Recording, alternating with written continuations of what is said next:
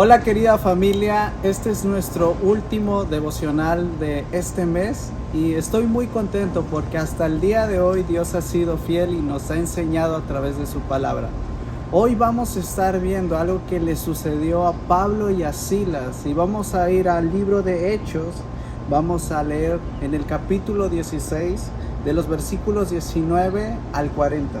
Si tienes Biblia, acompáñame a leer. Yo voy a estar leyendo en la Nueva Traducción Viviente. Dice: las esperanzas de sus amos de hacerse ricos ahora quedaron destruidas. Así que agarraron Pablo y Silas y los arrestaron hasta la plaza del mercado ante las autoridades. Toda la ciudad está alborotada a causa de estos judíos, le gritaron los funcionarios de la ciudad. Enseñan costumbres que nosotros los romanos no podemos practicar porque son ilegales.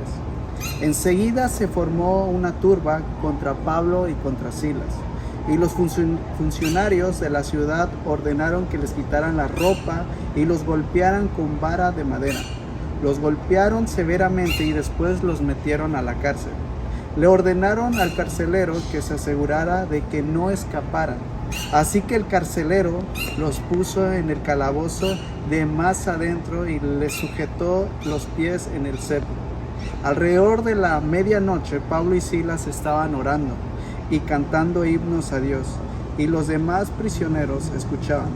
De repente hubo un gran terremoto y la cárcel se sacudió hasta sus cimientos.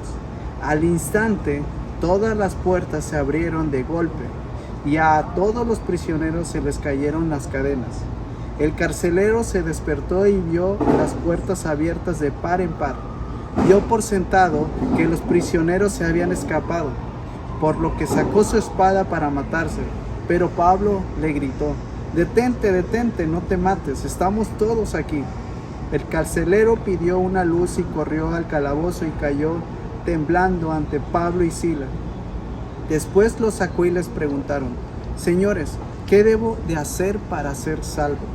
Ellos le contestaron: cree en el Señor Jesús y serás salvo, junto con todos los de tu casa. Y le presentaron la palabra del Señor tanto a él como a todos los que vivían en su casa. Aún a esa hora de la noche el carcelero los atendió y les lavó las heridas. Enseguida ellos los bautizaron, a él y a todos los de su casa. El carcelero los llevó adentro de su casa y les dio de comer. Y tanto él como los de su casa se alegraron, porque todos habían creído en Dios. A la mañana siguiente, los funcionarios de la ciudad mandaron a la policía para que le dijera al carcelero: suelta a esos hombres. Entonces el carcelero le dijo a Pablo: los funcionarios de la ciudad han dicho que tú y Silas quedan en libertad. Vayan en paz. Pero Pablo respondió: ellos no golpearon en público sin llevarnos a juicio y nos metieron en la cárcel, y nosotros somos ciudadanos romanos. ¿Ahora quieren nos vayamos a escondidas? ¿Ahora quieren que nos vayamos a escondidas? De ninguna manera. Que vengan ellos mismos a ponernos en libertad. Cuando la policía dio su informe, los funcionarios de la ciudad se alarmaron al enterarse de que Pablo y Silas eran ciudadanos romanos. Entonces fueron a la cárcel y se disculparon con ellos. Luego los sacaron de ahí y les suplicaron que se fueran de la ciudad.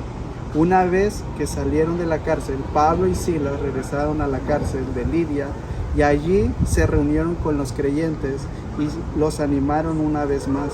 Después se fueron de la ciudad.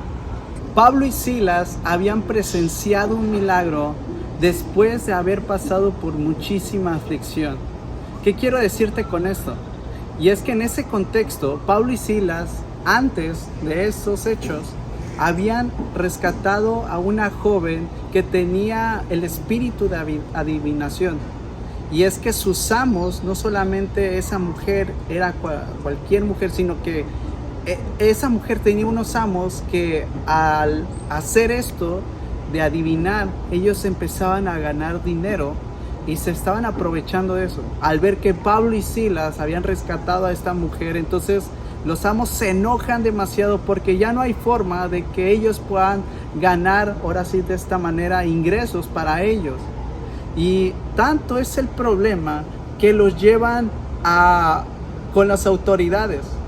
Sin ningún juicio llevan a Pablo y Silas a la cárcel y los golpean, les dan muchos insultos, con un látigo los empiezan a golpear.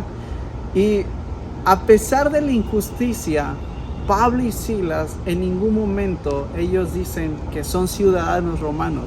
En ningún momento ellos alzan su voz, sino que silenciosamente ellos persisten en su fe, pero igualmente tratan de confiar en Dios y depender en Dios.